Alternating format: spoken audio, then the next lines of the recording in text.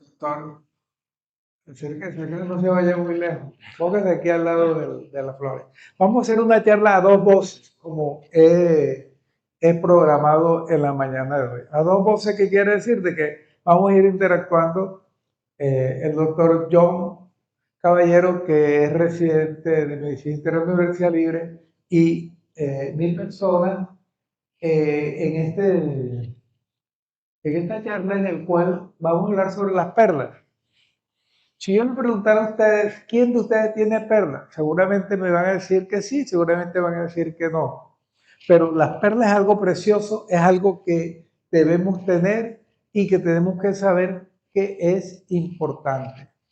Por lo tanto, hoy lo que le queremos es decir cuáles son los tips o cuáles son las cuestiones, si puedo esa palabra utilizarla, cuáles son las cuestiones que debemos nosotros saber sobre síndrome antifosfolípido. Ayer de pronto avanzamos en algo con relación a eso. Bueno, no sé cómo manejar esto.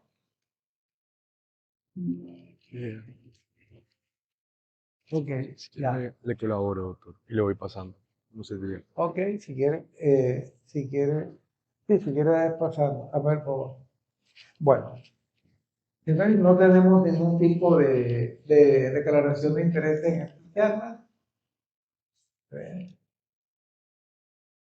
Un saludo para todos los que están conectados en este momento a través de las diferentes redes.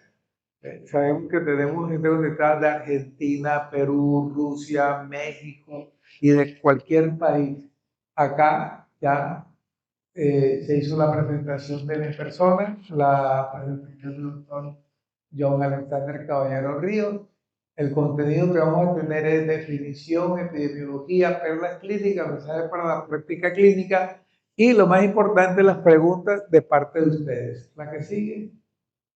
Entonces, sabemos que el síndrome antifosfolípido, como les decía ayer, es una enfermedad autoinmune protrombótica que cursa con trombosis, ya sea arteriales o venosas, a repetición y o morbilidad obstétrica y trombocitopenia en presencia de anticuerpos antifosfolípidos, que fue descrita por el doctor Garagan Núñez en 1983.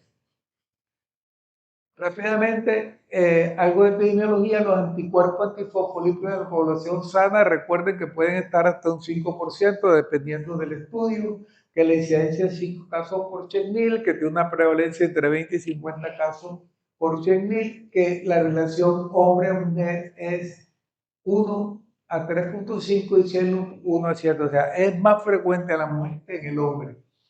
Que el 30% se encuentra en pacientes que tienen ictus y que en el 50% de los casos con lupus se puede ver síndrome antifosfolípido como lo comentaba yo. Bueno, agradezco la invitación del doctor Salas. Para continuar con la charla, en la epidemiología, el síndrome de antifosfolípidos no asociado a enfermedad autoinmune es la causa de trombofilia adquirida más común, después de los 50 años de edad y también en edades jóvenes. 10 a 15% de todos los episodios de trombosis venosa profunda se observan en un paciente que tenga síndrome antifosfolípido. Y además, un tercio de los pacientes con accidente cerebrovascular en un paciente joven, considerado menor de 50 años de edad, como el caso que tuvimos ayer, se asocia a síndrome antifosfolípidos. Y por último, es la causa del 10 al 15% de todas las pérdidas recurrentes fetales. Además, podemos observar que el síndrome antifosfolípido se va a clasificar cuando está asociado a una enfermedad autoinmune o cuando no lo está. Usualmente es más común asociado a una enfermedad autoinmune en un porcentaje muy similar del 50%. Continuaremos ahora con las perlas clínicas y continuamos con el doctor. Ok, esta primera perla, que es sospecha de síndrome antifosfolípido, ayer lo dejé en una diapositiva.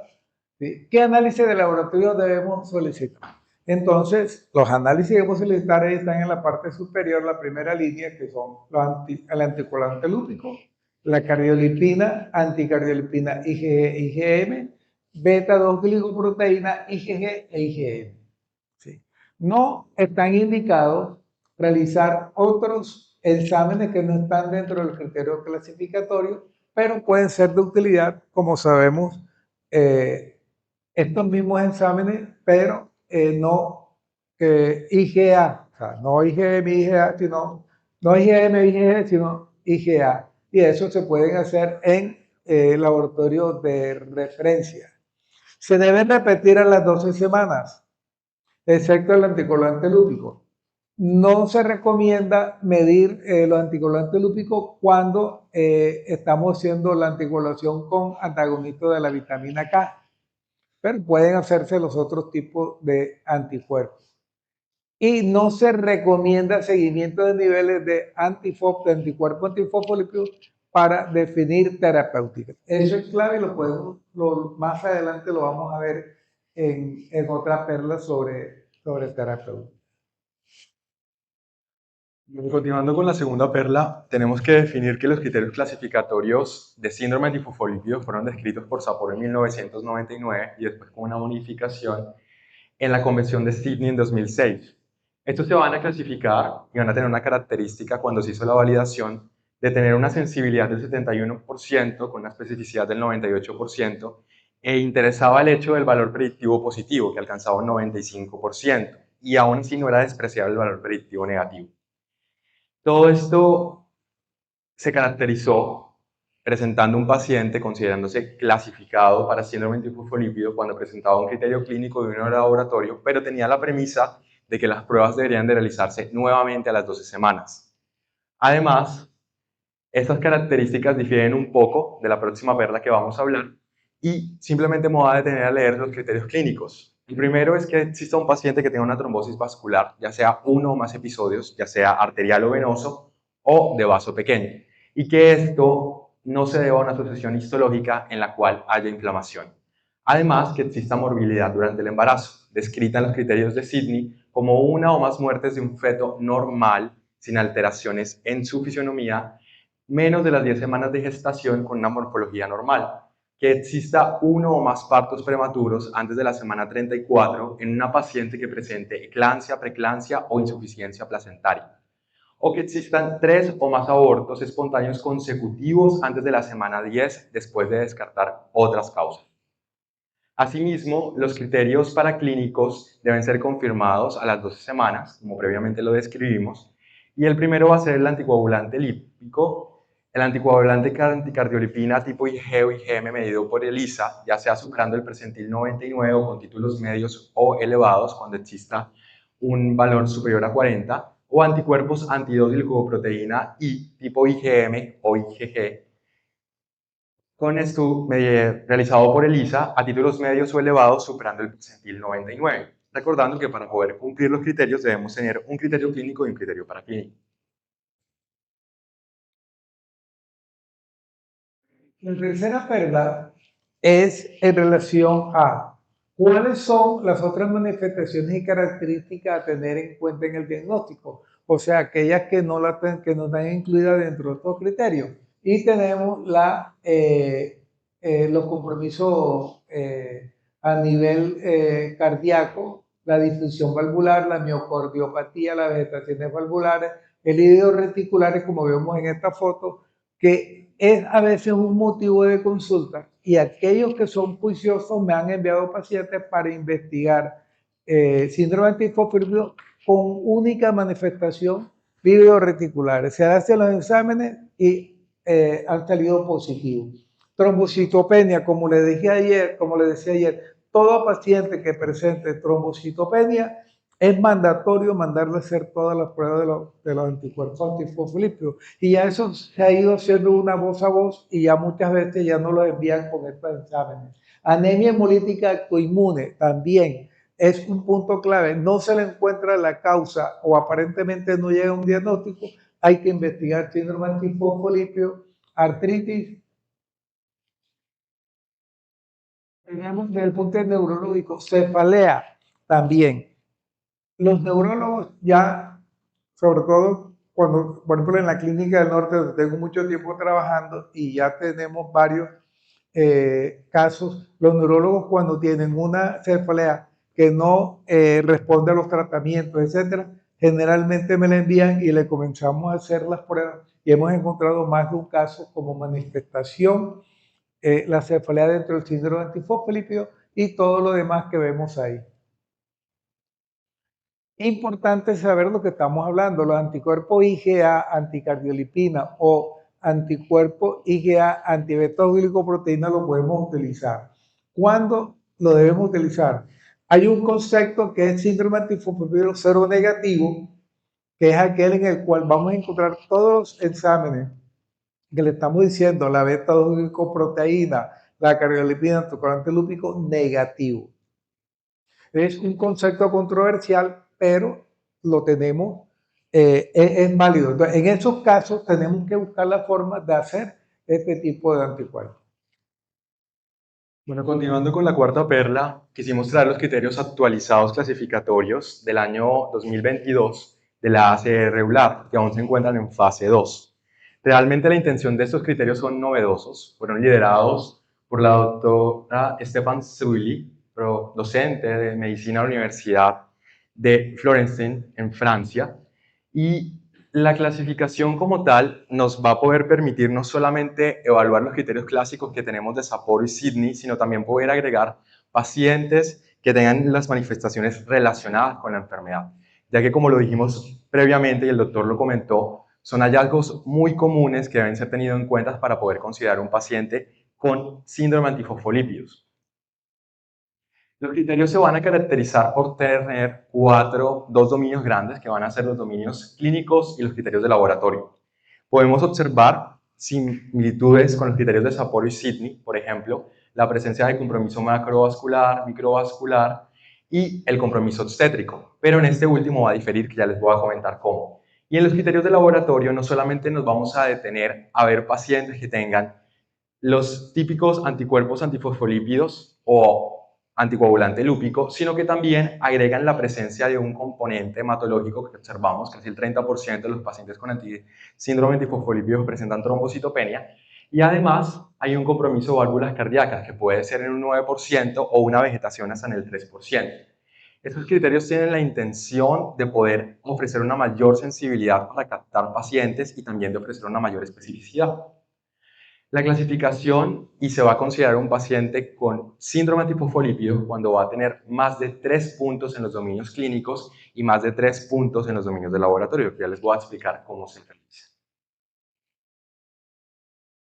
Aquí podemos observar con exactitud, es una figura un poco cargada exactamente, difícil, pero realmente la intención, sí señor, la intención es poder observar que de acuerdo a los dominios clínicos se te van a brindar un puntaje. Ayer ustedes pueden observar en el caso clínico que fue dirigido por el doctor Eri y del doctor Salas, que se le realizó a la paciente los criterios clasificatorios nuevos de la ACR EULAR.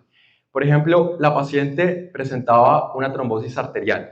Un punto importante es reconocer que en estos criterios tienen en cuenta el riesgo cardiovascular que los pacientes puedan tener y que de hecho Sapporo y Sydney rechazaban ese contexto, porque esto va de la mano justamente con la fisiopatología del síndrome antifosfolípidos y la teoría de los dos choques. Por ejemplo, la paciente de ayer tenía un perfil de alto riesgo cardiovascular y tenía una trombosis arterial.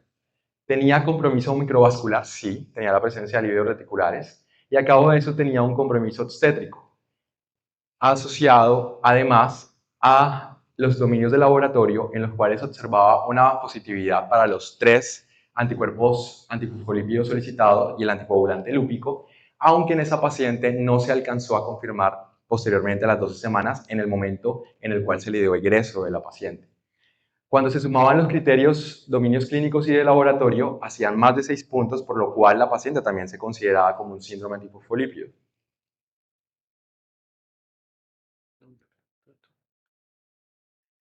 Cuando se validaron estos, aún en la fase 2, se observó que, por ejemplo, la especificidad era mayor en los nuevos criterios en comparación con los criterios de Sapporo, en cuanto a la cohorte 1 y en la cohorte 2. Pero, como tal, aún no son ampliamente utilizados porque tienden a tener algunas ventajas y desventajas. La primera ventaja grande es que son criterios cuidadosamente definidos que mejoran la precisión diagnóstica y la sensibilidad. Fueron validadas en 2 cohortes, tienen una sensibilidad mayor que los criterios de Sapporo y Sydney, pero también nos ofrece una especificidad mayor. Tiene en cuenta factores de riesgo que son importantes porque deben ser individualizados en cada paciente con síndrome antifosfolípidos, pero tiene unas ciertas desventajas. Las cohortes no representan todas las poblaciones, por ejemplo, no se realizó en pacientes de raza negra, ni raza latina, ni tampoco en pacientes con lupus eritematoso sistémico, Los anticuerpos antifosfolípidos se pueden encontrar en individuos sin enfermedad. Como observamos, no es necesario para poder hacer el criterio clasificatorio repetir las pruebas a las 12 semanas. Y no hay un estándar de oro definido actualmente para la clasificación de síndrome antifosfolípidos. Y la ausencia de la clasificación no significa que con los nuevos criterios el paciente no presente síndrome antifosfolípidos, sino que al contrario invita a que se continúe la investigación y se pueda ampliar con los demás estudios. La quinta perla es sobre síndrome antifosfolípido catastrófico. Se observó que los pacientes que tienen síndrome antifosfolípido, uno evoluciona de una manera severa o grave. Estos que evolucionan de manera severa o grave tienen 4 elementos clave dentro de estos criterios. Uno, es la evidencia de 3 o más órganos de sistemas o tejidos. Desarrollo simultáneo, rápido, menos de una semana. 3, confirmación histopatológica de la lesión, ¿sí?, del vaso comprometido. Y 4, la presencia de los anticuerpos antifosfolípidos, como hemos venido hablando. Esto nos ayuda para tener el concepto de síndrome antifosfolípido catastrófico, definitivo o probable. La sexta perla es identificar los perfiles de riesgo y cuáles son los factores de riesgo para presentación de manifestaciones clínicas del síndrome antifosfolípido debido a su implicación terapéutica. Entonces, desde el punto de vista serológico, tenemos un perfil de alto riesgo cuando tenemos anticoagulante lúpico positivo, cuando es triple positivo, como el caso que vimos ayer y que el doctor nos recordó muy bien ahora, para anticoagulante lúpico, anticardiolipina y beta-glicoproteína, en los cuales van a presentar títulos moderados o altos. Que son títulos moderados o altos? Como el que vimos en el paciente ayer, que era mayor de 40. Y perfil de bajo riesgo es cuando los títulos de anticoagulante lúpico o beta-glicoproteína son positivos, pero de manera intermitente, unas veces sí, otras no, o los títulos son medios o bajos, menor de 40. Entonces, es importante tener en cuenta los valores. Generalmente se toma como positivo, significativo o mayor de 40. Y dentro de los factores clínicos, los riesgos cardiovasculares clásicos: hipertensión, tabaquismo, diabetes mellitus, alteraciones de los lípidos, enfermedades inmunes asociadas, sobre todo lupus. Yo siempre le digo a mis estudiantes, a mis residentes y estudiantes, que el lupus y el síndrome antifosfolípido van cogiditos de la mano, son primitos hermanos. Siempre que tengamos un paciente con lupus, tenemos que descartar un antifosfolípido o viceversa. Y manifestaciones de antifosfolípido como es la trombocitopenia. Más de un paciente con trombocitopenia lo que tiene es un antifosfolípido. La séptima perla. Bueno, en cuanto a la séptima perla, hablaremos un poco de la implicación terapéutica actual recomendada por la guía EULAR de 2019 y las recomendaciones de la Sociedad Española de Reumatología acerca del tratamiento de síndrome antifosfolípido. Quise traer este cuadro en compañía del doctor con la intención de que podamos observar los ensayos clínicos actuales que se han realizado en pacientes con síndrome antifosfolípidos y podemos ver que es muy variable. Por ejemplo, podemos observar la utilidad de warfarina o podemos observar la utilidad de anticoagulantes orales directos, que más adelante nos vamos a dirigir hacia ellos. Entonces, para iniciar con la terapéutica, debemos de definir las recomendaciones de tromboprofilaxis primaria. Por ejemplo, la primera, en pacientes que sean portadores de anticuerpos antifosfolípidos, pero que no tengan criterios clínicos para la clasificación, se podría considerar el uso de profilaxis con heparina bajo peso molecular en situaciones de alto riesgo trombótico. Por ejemplo, cuando un paciente va a ser sometido a un procedimiento quirúrgico o cuando se le va a iniciar tratamiento de suplencia con estrógenos.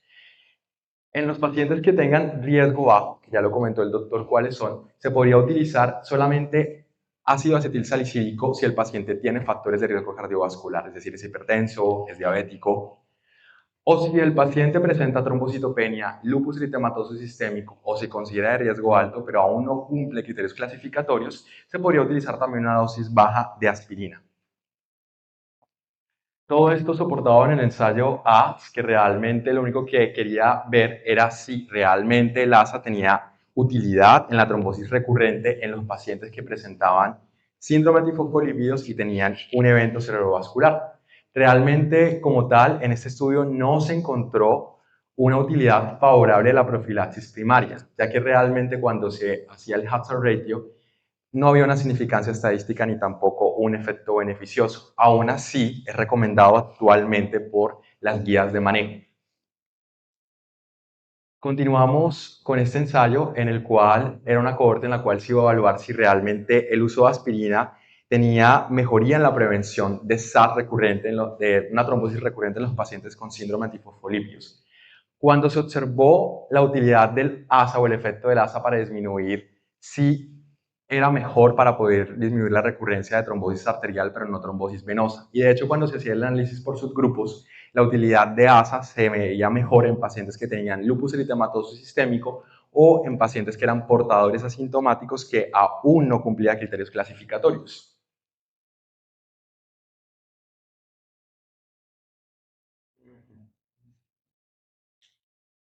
Bueno, continuando con la tromboprofilaxis secundaria, tenemos que definir estos dos puntos. ¿Cuándo vamos a anticoagular en trombosis arterial y cómo lo vamos a hacer en trombosis venosa?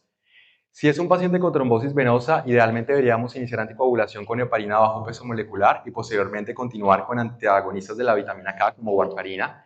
Y la intención es mantener una meta de INR entre 2 y 3, con una anticoagulación indefinida si aún no encontramos una causa provocada de trombosis. Pero en este contexto, en un paciente que sí tenga una causa provocada, podríamos poder evaluar, medirle nuevamente anticuerpos antifosfolípidos en el seguimiento y así poder definir si podemos suspender la anticoagulación en 3 o 6 meses.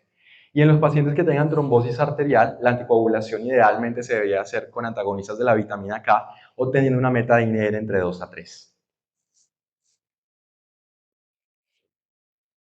En este ensayo, en el cual la intención era poder evaluar la duración de la anticoagulación en un paciente con trombosis venosa en síndrome antifosfolípidos, realmente la mayoría de los estudios en el metaanálisis iban a favor acerca de que debería utilizarse una anticoagulación prolongada. Pero realmente cuando se iba a hablar de la significancia estadística era muy discutido establecerlo. Pero si es un paciente que no tiene una causa provocada, la intención es continuarla de manera indefinida.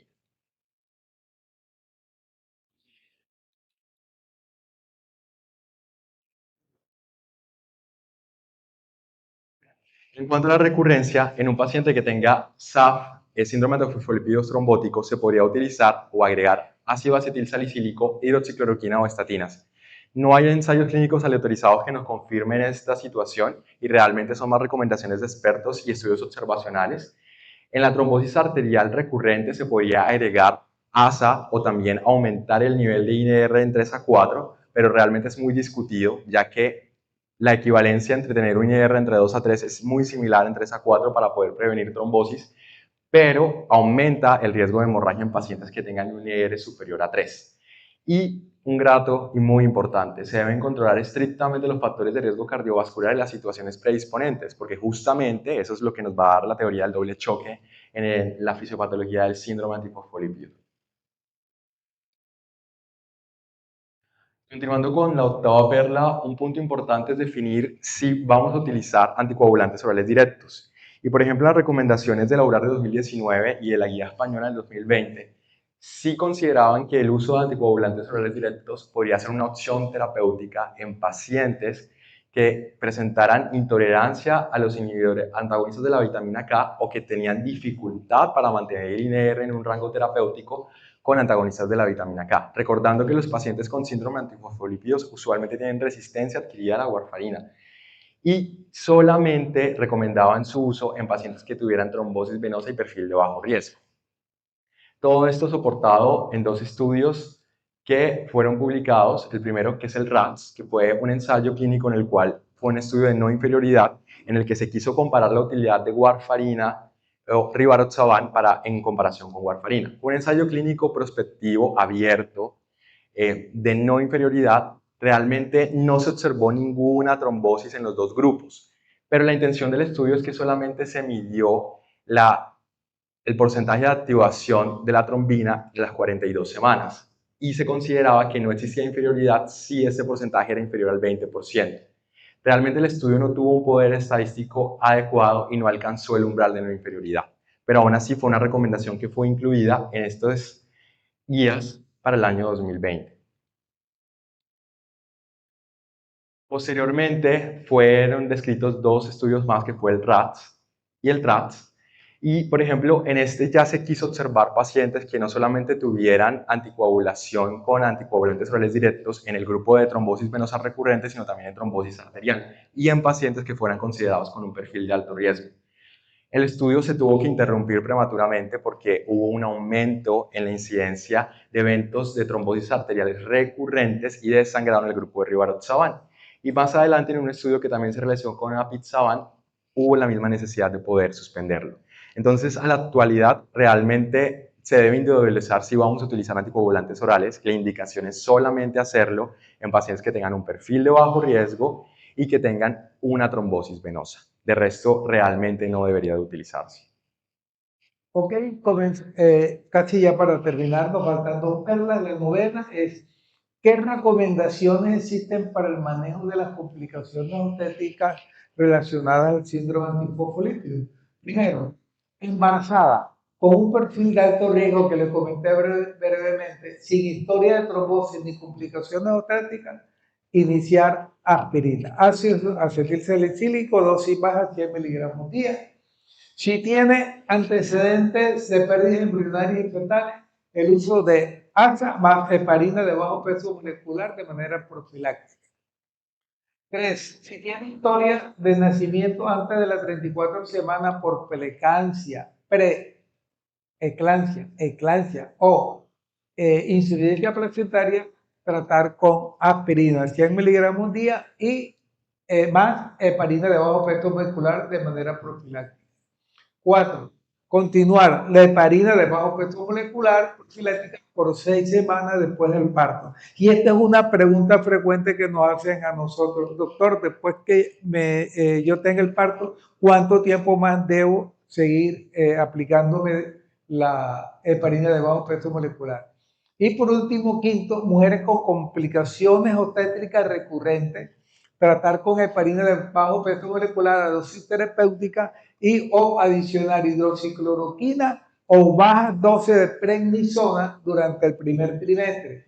Sí. Y además se puede considerar las inmunoglobulinas intravenosas. Bueno, ya para culminar con los mensajes para la práctica clínica después de la revisión que hicimos, el primero es que ordenar los 3 anticuerpos antifosfolípidos que comentamos, anticardiolipinas, antibeta-glicoproteína y también el anticoagulante lúpico al inicio del enfoque diagnóstico y confirmar a las 12 semanas para poder clasificar adecuadamente el paciente.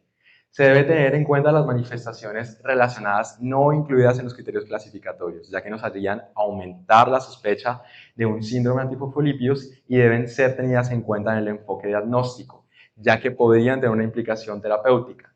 Los nuevos criterios clasificatorios sí podrían mejorar la oportunidad clasificatoria de síndrome antifosfolípidos debido a la inclusión de factores de riesgo y síntomas relacionados, pero deben ser interpretados de manera cuidadosa, ya que como comenté previamente, hay falta de análisis en ciertos subgrupos y podría existir la posibilidad de sobreclasificación. Es importante definir adecuadamente los perfiles de riesgo de cada paciente para tener un buen enfoque clínico, y eso tiene sus implicaciones, como hemos visto, desde el punto de vista terapéutica y de hecho pronóstico. Quinto, el uso actual de los anticoagulantes orales para anticoagulación en pacientes con síndrome antifosfolípido es discutido con evidencia no a favor. Aún así, debe ser individualizado de acuerdo al perfil del paciente. Eso ya lo comentó ampliamente el doctor. Y sexto, el manejo clínico de cada paciente tiene que ser individualizado y abordado de manera interdisciplinaria. ¿Qué quiere decir? De que nosotros tenemos que apoyarnos del hematólogo, del médico internista, de los tetras y de todos aquellos especialidades que en un momento dado tengan algo que ver para el beneficio del paciente. Muchas gracias. Acá tienen nuestro correo electrónico si nos quieren escribir, si tienen alguna pregunta.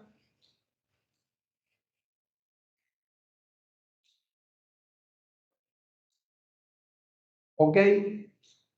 Bueno, gracias por su atención.